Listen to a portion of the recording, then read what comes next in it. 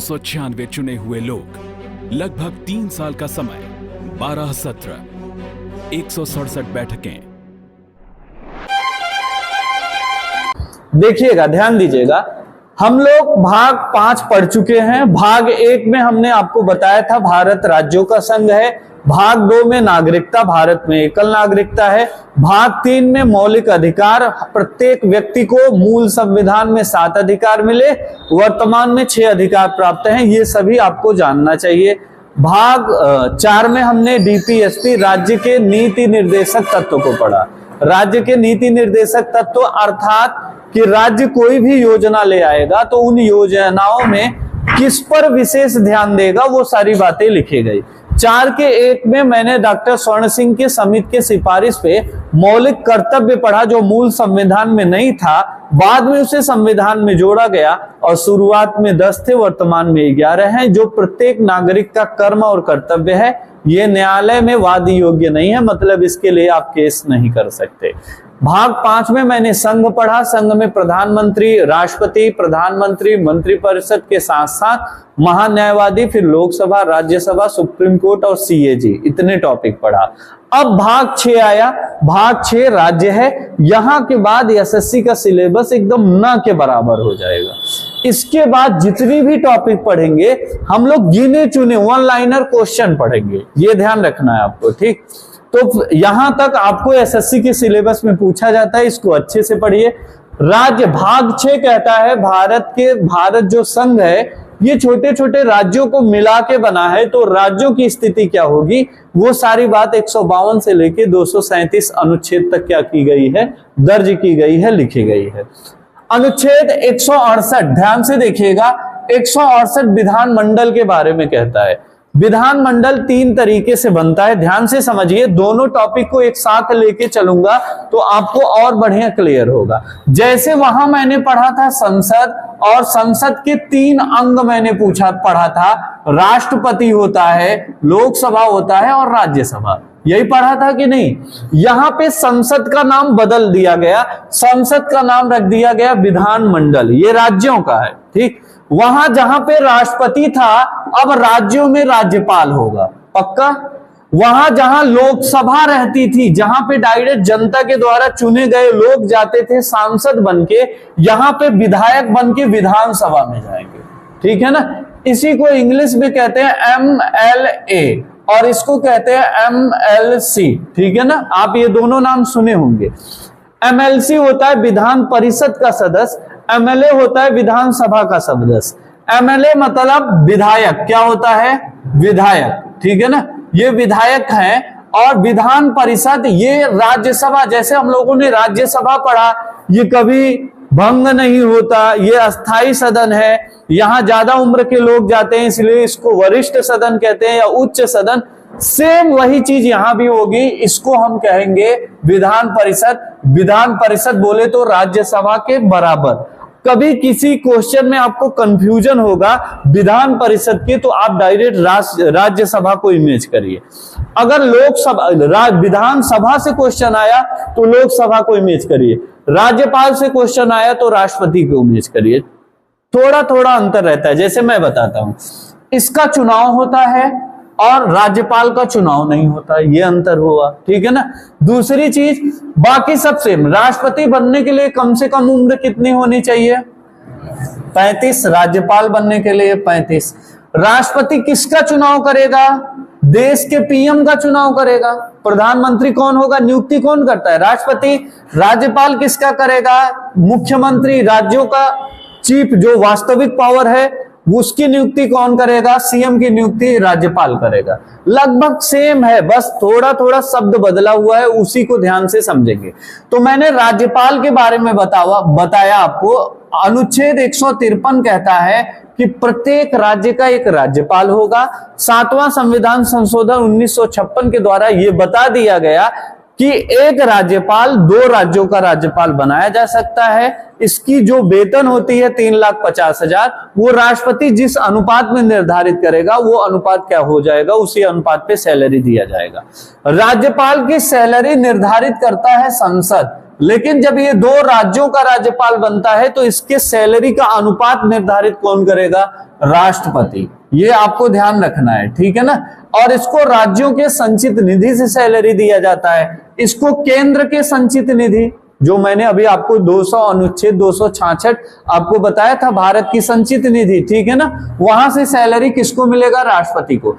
लगभग दोनों सेम है, ठीक है ना। ध्यान से देखिए, राष्ट्रपति के पास पावर होती है अदालत के फैसले को कम करने या मृत्यु दंड को क्या करना? पूरी तरीके से आजीवन कारावास। जैसे कोर्ट ने आपको आजीवन कारावास, वो मृत्यु दंड दे दिया, ठीक, तो राष्ट्रपति के पास इतना अधिकार है कि वो मृत्यु दंड को बदल के उम्र कैद में कर दे कि चलिए अब जीवन भर कैदी बन के रहिए लेकिन आपको फांसी नहीं होगी। ये पावर, विशेष पावर राष्ट्रपति के पास है, जबकि ऐसा पावर राज्यपाल के पास नहीं है। राज्यपाल मृत्यु दंड माफ नहीं कर सकता, सजा को कम करने का अधिकार कहीं कहीं राज्यपाल को दिया गया है। ये सारी चीजें आपको पता होनी चाहिए। जैसे ये आपने पढ़ा था राज्यसभा में भेजता है, 12 आदमियों को भेजता है कि नहीं, वैसे राज्यपाल भी यहां विधान परिषद में 1/3 सदस्य को भेजता है, ठीक है ना। ये सब लगभग सेम है, इमेज करिए, दोनों बराबर चलेगा। आप देखे होंगे राष्ट्रपति ने लोकसभा में 2 व्यक्तियों को चुनने का ये नियम था कि नहीं था, वैसे राज्यपाल विधानसभा में इसमें कितने व्यक्ति को चुनता है? 1 लोगों को चुनता है, ठीक है ना। आपको पता है इसको निम्न सदन बोलते हैं लोकसभा को, इसको लोकप्रिय सदन बोलते हैं। सेम वही चीज विधानसभा को निम्न सदन बोलते हैं, लोकप्रिय सदन बोलते हैं, और इसे जनता का सदन बोलते हैं। इसकी पावर ज्यादा होती है, इसकी पावर कम होती है, वैसे इसकी पावर ज्यादा होती है, इसकी पावर कम होती है। दोनों सेम है, सगे भाई हैं, ठीक है ना। तो थोड़ा थोड़ा अंतर पहचान के चलेंगे तो वो भी टॉपिक आपका रिवीजन होता चला जाएगा, ठीक। इसीलिए मैंने इन दोनों को दिखाया ताकि आपको अलग ना लगे, ठीक। वही बात है, ये राज्य के स्तर पे लिखा गया है, वो देश के स्तर यानी केंद्र के स्तर पे लिखा है, बात वही है। अब आते हैं, हमें जो जो टॉपिक पढ़ना है उसी को पढ़ेंगे, पुरानी चीजें तो पढ़ चुके हैं। अब ध्यान देना, यहाँ पे ये जो राज्यपाल होते हैं, अनुच्छेद 153 कहता है प्रत्येक राज्य का एक राज्यपाल होगा। आर्टिकल 154 आपसे कहता है कि कार्यपालिका की शक्ति राज्यपाल में निहित होगी। राष्ट्रपति किस अनुच्छेद में है? 52। प्रत्येक मतलब देश का एक राष्ट्रपति होगा, आर्टिकल 52। राष्ट्रपति कार्यपालिका का प्रमुख होगा, आर्टिकल 53। भारत के प्रत्येक राज्य का एक राज्यपाल होगा, 154। और कार्यपालिका की शक्ति 153 में राज्यपाल और 154 में कार्यपालिका की शक्ति राज्यपाल में निहित होगी। 154 में क्या पढ़ा था? राष्ट्रपति में निर्वाचन। यहां कहेंगे 155 में क्या है? निर्वाचन। वही चीज है, कनेक्ट करना है बस, और कनेक्ट करके पढ़ेंगे तो दोनों टॉपिक एक साथ चलेगा। संघ क्या 54 में वो होगा निर्वाचन, यही है। क्या भी है? नियुक्ति। हाँ, देखिए राज्यपाल में सब पार्ट करके ABCD करके दिया है, ठीक, लेकिन आपको इतना अंदर से नहीं पूछेगा, ठीक, वो ऊपर जाता है। आपका जो सिलेबस है वो बस इतना पूछेगा कि राज्यपाल किस अनुच्छेद में है। बहुत हद से पूछ लिया तो नियुक्ति या कार्यपालिका का प्रमुख पूछ लिया, या किस अनुच्छेद के तहत वो एक एंग्लो इंडियन चुनता है, ठीक है ना। ये सारी चीजें, उसकी शक्ति के बारे में ज्यादा पूछता है। अभी मैं आपको बताता हूं, ध्यान से देखिएगा। राज्यपाल के पास कुछ विशेष पावर होते हैं, जैसे महाधिवक्ता को चुनना, राष्ट्रपति को नियुक्त करना, वो सारी चीजें। तो मैंने कल आपको राज्यपाल पढ़ाया। राज्यपाल के बाद अब आते हैं विधानसभा, ठीक। ये विधानसभा बराबर लोकसभा के होगी, ठीक, क्योंकि ध्यान से देखिए, यहां दोनों को मैं लिख रहा हूं, ये विधानसभा है, इसको हिंदी में भी लिख देता हूं, विधान सभा, और यहां पे आपका है लोकसभा। देखिए कितना मैच कर रहा है, दोनों मिलाते हुए चलते हैं। ध्यान से देखिए, लोकसभा का जो नेता होता है, लोकसभा का जो नेता बनेगा वो नेता होगा देश का प्राइम मिनिस्टर, देश का प्रधानमंत्री।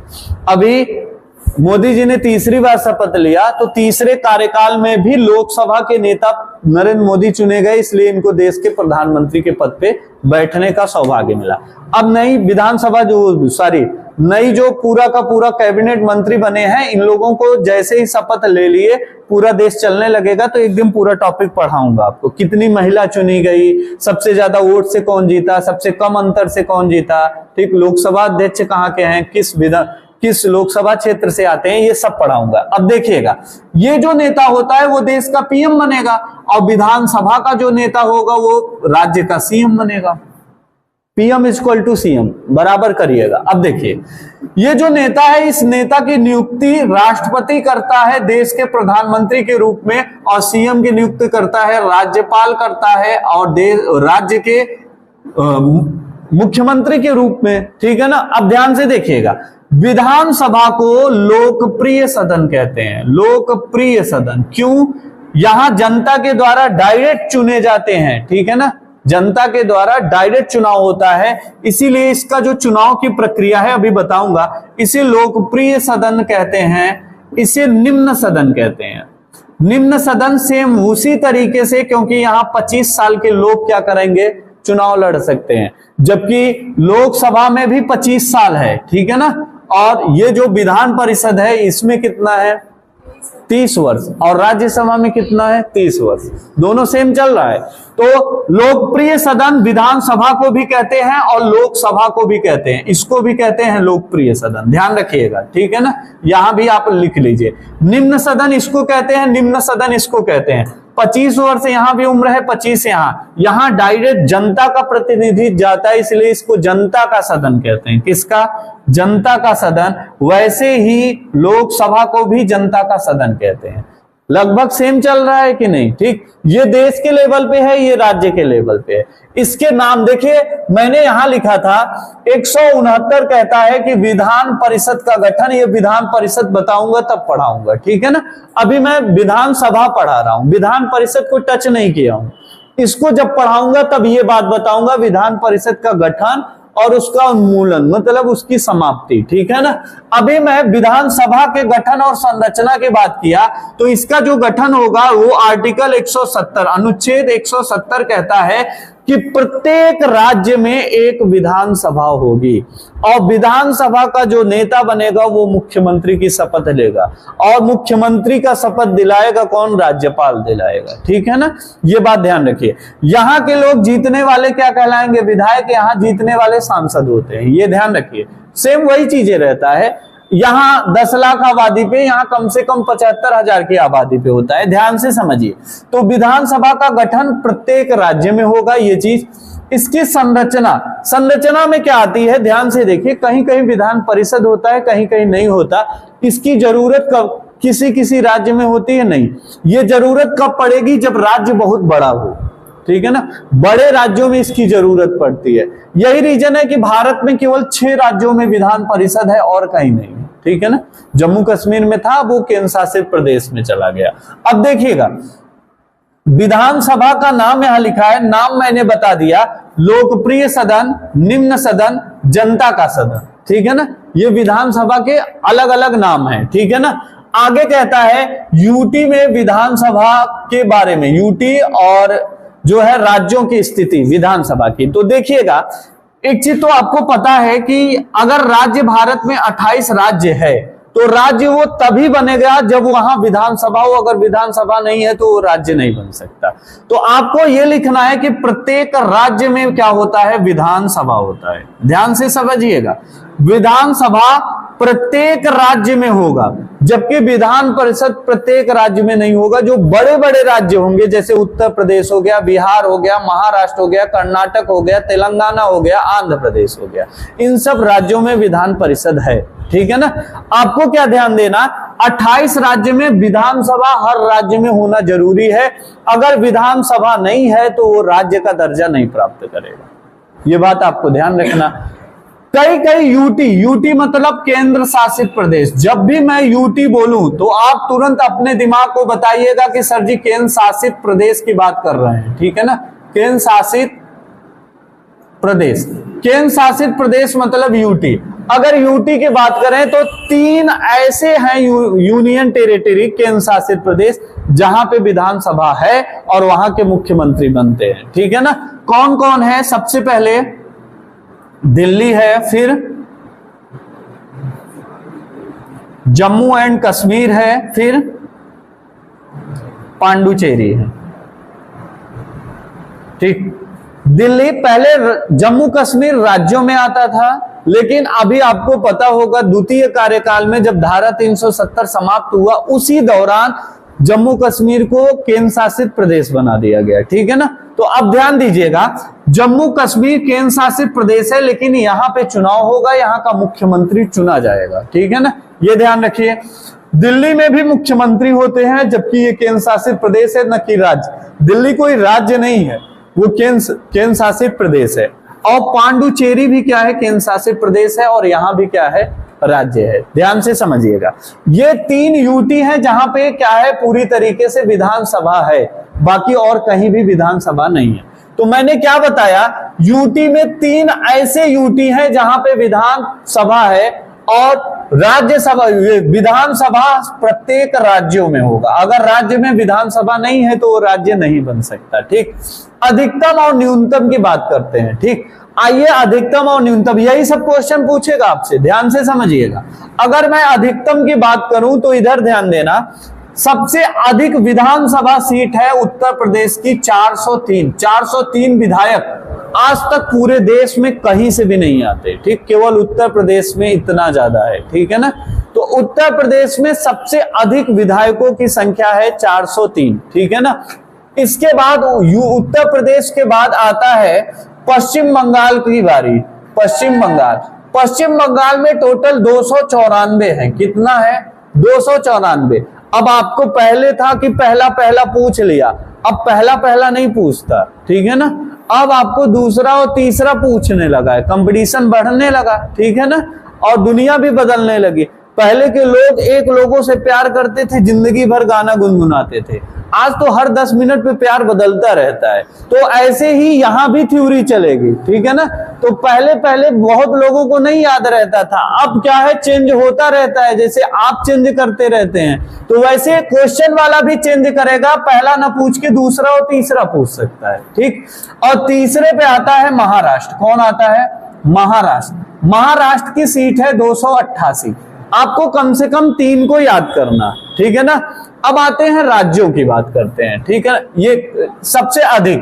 अब सबसे कम वालों की बात किया जाए, सबसे कम अगर राज्यों में देखा जाए, ध्यान से देखिएगा, सबसे कम अगर मैं राज्यों में देखूं तो सबसे कम में कौन कौन आएगा। सबसे पहले आएगा सिक्किम। क्या आएगा, सिक्किम में केवल 32 सीटें हैं। क्या है, केवल 32 सीटें हैं। सिक्किम के बाद क्या आएगा, मिजोरम में कितनी है, 40, यही है।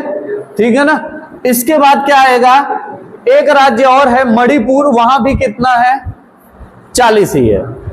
ठीक है ना, देख लीजिएगा। तो हाँ, गोवा में भी कितना है, 40।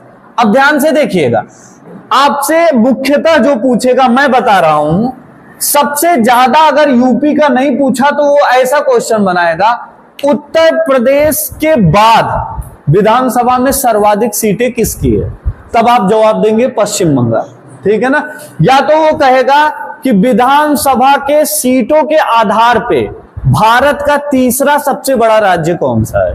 ठीक, तब आपका होगा महाराष्ट्र। और आपसे पूछेगा सबसे छोटा राज्य जो जहां पे विधानसभा की सीटें सबसे कम है, तो आप सिक्किम कहेंगे, और इसके बाद गोवा, और ये आ जाता है मिजोरम। लेकिन सिक्किम के अलावा और नहीं पूछेगा। ठीक है ना, और क्यों नहीं पूछेगा, इसलिए नहीं पूछेगा कि कम वाला बहुत कम पूछता है, अभी पूछा नहीं है, तो अभी पहला वाला पूछेगा। अब ध्यान से देखिएगा, कुछ चीजें मैं बता रहा हूं। यूटी की बात करूं, केंद्र शासित प्रदेश, दोनों आंकड़ा आपको ध्यान रखना है।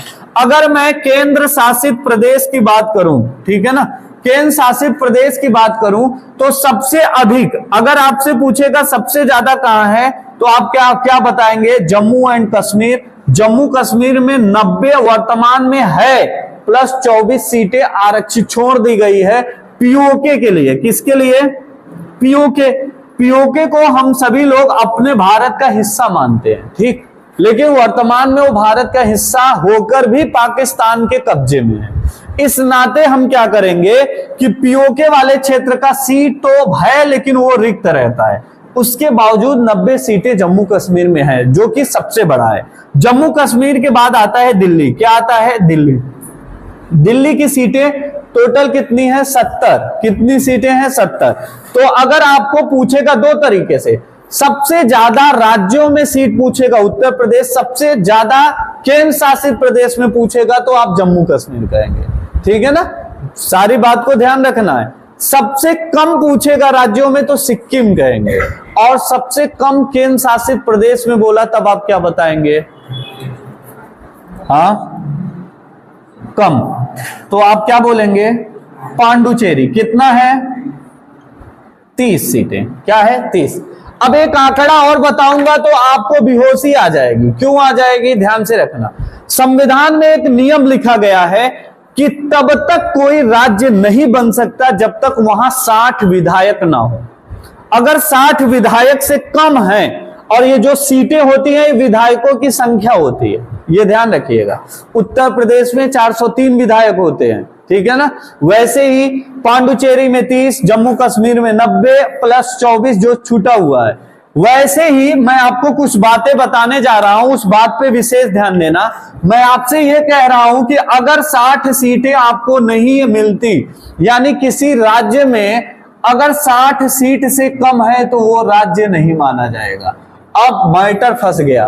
गोवा तो राज्य है लेकिन सीटों की संख्या 40 है, ठीक है ना। सिक्किम राज्य है लेकिन सीटों की संख्या 32 है।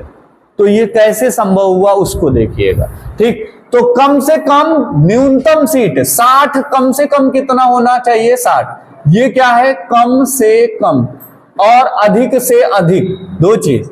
अधिक से अधिक मतलब ज्यादा से ज्यादा कितना होना चाहिए? ज्यादा से ज्यादा 500। अगर 500 से ज्यादा विधायक कहीं पे चुने गए तो संसद तुरंत उस राज्य को दो भागों में बांट देगा। एक तरफ 300 कर दिया, एक तरफ 200 कर दिया, ठीक। मेन है 60 होना चाहिए, 60 के ऊपर चलेगा वो राज्य बनेगा। जैसे उत्तर प्रदेश में इतनी सीटें हैं, उत्तर प्रदेश को चाहे तो संसद 4 भागों में बांट दे और 100-100 सीट वाला कर दे पूरा का पूरा 4 विधानसभा, ठीक है ना। ये संसद के पास अधिकार है। संसद चाहे तो विधानसभा किसी भी राज्य को 2 या 2 से अधिक भागों में तोड़ सकती है। तो अगर संसद के मूड में आया कि उत्तर प्रदेश में विकास नहीं हो रहा है, इसको 4 भागों में बांट दो, तो आसानी से बांटा जा सकता है। 100-100 विधायक चुने जा सकते हैं और कम से कम 60 होना चाहिए। ये आंकड़ा पार कर देगा, इससे कम नहीं होने चाहिए, ठीक। और ज्यादा से ज्यादा 500। आज तक ऐसा कोई राज्य नहीं बना जहां पे 500 से ज्यादा सीटें हो, ठीक है ना। ऐसा राज्य कोई नहीं बना है। 500 से ज्यादा सीटें विधायकों की नहीं हो सकती। अब आइए कुछ अपवाद पे बात करते हैं, ध्यान से समझिएगा। जैसे सर जी आपने बताया, क्या गोवा के बारे में बताया कि गोवा में 40 सीटें हैं, और आपने सिक्किम के बारे में बताया, सिक्किम में कितनी सीटें हैं? 32 सीटें।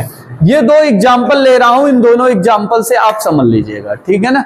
सिक्किम की स्थिति पहले आप देखिएगा, तो यहां देखिए आपको सिक्किम यहां दिखेगा, ये देख रहे हैं, ये सिक्किम है, ठीक। मतलब कहने का मतलब, जब भारत का मैप आप देखेंगे तो इस मैप में यहां थोड़ा सा उठा हुआ पोर्शन जाता है, ये वाला, और यही पोर्शन क्या है? सिक्किम है। ये क्या है? सिक्किम। ध्यान से समझिए, जो चीजें मैं समझाना चाहता हूं आपके हृदय में जानना चाहिए, ठीक है ना। ये हुआ सिक्किम, ठीक है। अब सिक्किम के अगल बगल का अगर क्षेत्र देखा जाए तो ध्यान से, यहां जो देश है वो नेपाल है, और यहां जो देश है वो क्या है? भूटान है, और ऊपर जो देश है वो क्या है? चीन है, ठीक है ना। सिक्किम भारत का हिस्सा नहीं था। ये 1972 में भारत का हिस्सा बना। 1972 के पहले एक देश की तरह ये काम करता था। जैसे नेपाल और भूटान एक देश है, वैसे ये भी था तो भारत की सिक्योरिटी में ही, लेकिन ये अपने आप को एक अलग देश मानता था। लेकिन 72 के बाद क्या हुआ, जब आप देखते हैं कोई जमीन बंजर पड़ी हुई है, किसी का अधिकार नहीं है, तो धीरे धीरे हर व्यक्ति चाहता है उसको मैं कब्जा कर सकूं, ठीक है ना। तो अब हुआ क्या, नेपाल की भी नजर इस पे आ गई, भूटान की नजर आ गई, नीचे भारत है। देखो ये कैसे पीस रहा है, 4 देशों के बीच में है, और चारों देश चाह रहे हैं इसको हम ले लें, इसको हम ले लें। अब छीना झपटी शुरू होगी। यहां नेपाल वाला तो जानता है चीन और भारत के आगे मेरा तो कुछ लगने वाला नहीं है, तो ये बैक हो गया, भैया तुम ही लोग जिंदाबाद रहो। भूटान भी बैक हुआ। अब आया चीन और भारत, और चीन और भारत के बीच हमेशा से इसके बीच संघर्ष चलता था। चाइना इसको बहुत लालच देता था कि मेरे साथ जुड़ जाओ तो मैं आपको ये चीजें दे दूंगा, ये ऐसे ऐसे ये सारी प्रोसेस, मतलब खूब विकास कर दूंगा। अब जरा कल्पना करिए, अगर चीन यहां तक आ जाता तो यहां भारत की 7 सिस्टर हैं। और एक चीज और आप बारीकी से समझिएगा, भारत और 7 सिस्टर, ये जितने भी राज्य हैं इसको 7 सिस्टर कहा जाता है, ठीक है ना। और ये 7 सिस्टर और ये अपना मेनलैंड, इसके बीच में भारत की भूमि देख रहे हैं कितना पतली है, केवल इतना। भारत अगर सड़क बना सकता है यहां से नहीं बना पाएगा, ये बांग्लादेश है, ये दूसरा देश है। यहां सड़क बनेगा तो यहां का जो प्राइम मिनिस्टर होगा जितना चाहेगा उतना पैसा लेगा। तो भारत ऐसे ही सड़क बना के इधर जाता है। अगर मान लीजिए यहां तक आ गया चाइनीज, तो एक बम फोड़ेगा, ये जमीन फट के अलग हो जाएगी और भारत का नेटवर्क यहां से टूट जाएगा। यहां वो इतना हमला करेगा कि भारत की आर्मी यहां तक पहुंच नहीं पाएगी। हवाई मार्ग से जाएगी तो चाइना वाले खूब उड़ाएंगे हेलीकॉप्टर को। हवाई मार्ग पे हेलीकॉप्टर को उड़ाना बहुत आसान है, जबकि जमीन मार्ग से एक एक सैनिक को देख देख के मारना बड़ा मुश्किल हो जाता है। तो हुआ क्या, यहां पे जो भारत की एकदम पतली बेल्ट है, इसी पे ध्यान था चाइनीज का। कितना बढ़िया दिमाग लगाया, ठीक है ना। अब इस पे ध्यान क्या है, अब एक चीज और आप ध्यान से देखिएगा, चीन वालों ने एक नदी यहां निकला है, ब्रह्मपुत्र नदी, जो अरुणाचल प्रदेश ऊपर जो पिंक वाला है वहीं से भारत में प्रवेश करता है, ठीक। यहां देखिएगा, मैप को अच्छे से समझ लीजिए। यहां से मानसरोवर झील से निकलता है और ऐसे होते होते अरुणाचल प्रदेश से ये यहां होते बांग्लादेश में होते हुए यहां आता है। ब्रह्मपुत्र नदी सदाबहार नदी है और बहुत बड़ी नदियों में से एक है। उस ब्रह्मपुत्र नदी पे चाइना ने 3 बांध बनाए हैं, 4 बांध बनाए। 4 बांध का मतलब कि डैम बना के पानी को रोक देना, ठीक है ना। अगर कभी मान लीजिए भारत और चीन का युद्ध हुआ और ये चारों डैम चीन ने एक साथ खोल दिए, तो इधर के भारत के जितने राज्य हैं सब बाढ़ से डूब मरेंगे, ये पक्की बात है। कितना बुद्धि लगाया, बिना गोली चलाए वो भारत के 7 सिस्टर जो उधर के जितने राज्य हैं सबको तबाह कर सकता है, ठीक। अब उससे बचने के लिए भारत ने क्या किया, पहली चीज तो अंतरराष्ट्रीय कोर्ट में और यूएनओ में लगातार चीन को ललकारता है कि ये डैम आप हटा लीजिए, ये डैम केवल भारत को नष्ट करने के लिए बनाया है। जबकि चीन कहता है मैं बिजली बनाने के लिए डैम बनाया हूं। आज बिजली बना रहा है, कल जरूरत पड़ा खोल लिया डैम, जाओ आराम से। और किसी पानी को तुम इस पूरे कमरे में चारों तरफ से ऐसे ढक के रोक के रखे हो, अचानक में गेट खोलोगे तो पूरा सड़क पे भर नहीं जाएगा क्या? वही चीज ये करेंगे। और अगर ये रास्ता टूट गया तो उस बाढ़ में भारत सरकार मदद तक नहीं कर पाएगी और यहाँ के लोग खून के आंसू रोएंगे। फिर इनको समझाया जाएगा तुम्हारी सरकार तुमसे मिलने तक नहीं आ रही है। उसको ये नहीं पता कि सारे रास्ते ब्लॉक कर दिए गए हैं, इंटरनेट सब बंद रहेगा और यहाँ के लोगों को बचा बचा के चाइनीज वाले खुद बचाएंगे मानवता के नाते कि हम इंसान हैं, बचा बचा के अपने देश ले जाएंगे, सबका दवा करेंगे, सबको घर देंगे। उसके बाद सबसे कहेंगे वोट करके इस पूरे क्षेत्र को चाइना में मिला दो और चीन तब यहां तक आएगा। ये रणनीति है चीन की, ठीक है ना, इतनी बड़ी रणनीति। और ये सिक्किम अगर चाइना के हाथ में चला गया होता तो वो अपनी रणनीति में एकदम परफेक्ट आता, तब तो इसको तोड़ता भी इधर भी हमला करता है। जानते हो कि नहीं, चाइनीज यहां से शुरू होते हैं, जम्मू कश्मीर से, यहां से हमला, यहां से हमला, यहां से हमला, इधर से हमला, यहां मोतियों के मामला, यहां से हमला, मतलब पूरे भारत को वो एक बटन से ही तबाह कर सकता है, इतना उसके पास क्षमता आती। और एशिया में 2 देश सबसे प्रबल हैं, भारत और चीन, जो उभरते सितारे हैं और दोनों एक दूसरे के दुश्मन की तरह ट्रीट करते हैं। अब सिक्किम को लेना था। सिक्किम वाले जानते थे कि ये चाइनीज आज अपने स्वार्थ के लिए कुछ भी करेंगे, लेकिन कल ये क्या होंगे, पलट जाएंगे। थूक के चाटने वाला काम इनको पहले से जानते थे। ये वही भारत है जो यूएनओ में अस्थायी मेंबर बनाया और अस्थायी मेंबर बनने के लिए भारत को ये लगातार रोकता रहा। तो इसकी नीयत समझ गए थे। सिक्किम वालों ने बिना कुछ सोचे समझे, बिना देर किए हुए 1972 में एक फैसला किया कि हम अपनी पूरी जमीन भारत को सौंप देते हैं और सिक्किम भारत का हिस्सा बना। अब सिक्किम को राज्य बनाना था कोई भी देश अगर आप में मिलना चाहता है और वो कहेगा मुझे राज्य का दर्जा होना चाहिए, मेरा मुख्यमंत्री होना चाहिए, तो आप मना करेंगे क्या? नहीं करेंगे। अब आपके पास भले 32 सीट है, आप ये कह देंगे ठीक है कोई बात नहीं, हर जगह 60 के ऊपर रहे लेकिन सिक्किम में 32 भी चलेगा, यही कहेंगे कि नहीं कहेंगे? तो सिक्किम को 32 सीट पे ही राज्य का दर्जा दे दिया गया। अब तो क्लियर हो गया क्यों दिया गया, क्योंकि जरूरत थी, ना देते तो ये चाइनीज की तरफ भाग जाते, इसलिए इनको राज्य का दर्जा देना पड़ा, पहली बात। अब आइए गोवा में। गोवा भारत का वह राज्य है जो सबसे पहले गुलाम हुआ था। 1498 ईस्वी में वास्को डिगामा जब भारत में आया था, तभी से गोवा पे अधिकार किया। और पुर्तगाली सबसे पहले भारत में आए, सबसे लास्ट में गए थे पुर्तगाली, पता है कि नहीं? अंग्रेजों के बाद पुर्तगाली गए थे। और गोवा में जितने भी घर मकान आप गोवा में घूमने जाइएगा, वहां के घर, वहां रहने की पद्धति, वहां का खान पान भारत से अलग है, क्योंकि यहाँ पे गोवा के लोग, पुर्तगाल के लोगों का ज्यादा वर्चस्व रहता था। जैसे पुर्तगाल में मकान बने रहते हैं, सेम वैसे मकान गोवा में बनाए। क्यों? क्योंकि गोवा को 400-500 साल तक गुलाम बनाया था। कौन बनाया था? ये पुर्तगाली, ठीक है ना। अब यहाँ पे क्या हुआ, गोवा भी लगभग 1972 ईस्वी में भारत को लगा यार कि सब तो आजाद हो गया, ये हमने अंग्रेजों से पूरा क्षेत्र ले लिया, सब कुछ ले लिया, ये गोवा भी तो मेरा पार्ट है, और पुर्तगाली यहाँ कर क्या रहे हैं? पुर्तगालियों से लड़ के, उन्हें मार के, यहां से भगा के तब ये राज्य छीने। ठीक, अब यहाँ का जो नागरिक है, और देश आजाद हो गया। अब नियम है, अगर जनता जिस देश को सपोर्ट कर देगी, वो राज्य उस देश में चला जाता है, ठीक है ना, ऐसा बनाया गया है नियम। तो अब चुनाव करा दिया जाता है। अब यहाँ के लोगों को मिलाना है भाई, नहीं तो ये लोग यूएनओ में मैटर गया, तब तो ये लोग कह देंगे भैया मुझे पुर्तगाल में रहना है, क्योंकि 500 साल उन्हीं के अंडर में रहे हैं। तो इन लोगों की सीट कम होने के बावजूद इनको राज्य का दर्जा दे दिया कि तुम टेंशन ना लो, तुम्हें 40 सीट पे ही राज्य बना दिया जाएगा।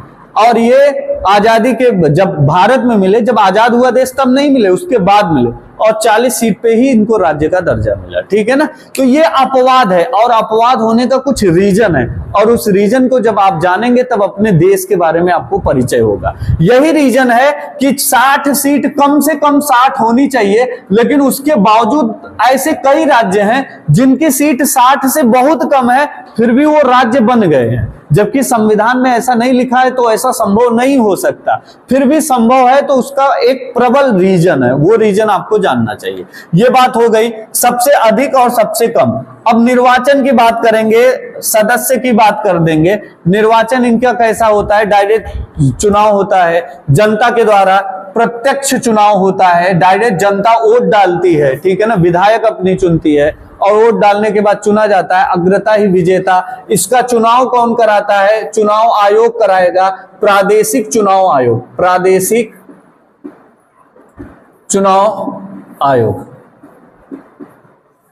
तो अभी कुछ चीजें बची है, निर्वाचन बचा है, इनके सदस्य की योग्यता बचा है, ये लोग कैसे नियम कानून बनाएंगे, किस किस विषय पे बनाएंगे, ठीक है ना, उसमें राज्यपाल की भूमिका क्या होगी, एंग्लो इंडियन का क्या हुआ, और राज्यपाल की स्थिति राज्यसभा से संबंधित क्या है, ये सारे पॉइंट अभी बचे हुए हैं जो कल आपको मैं बता दूंगा, ठीक है ना। टाइम लगभग क्या टाइम हो चुका है, ठीक है ना। तो अब इसके आगे कल पढ़ेंगे। थोड़ा सा रीजनिंग निकालिए, रीजनिंग भी पढ़ा दूं आपको।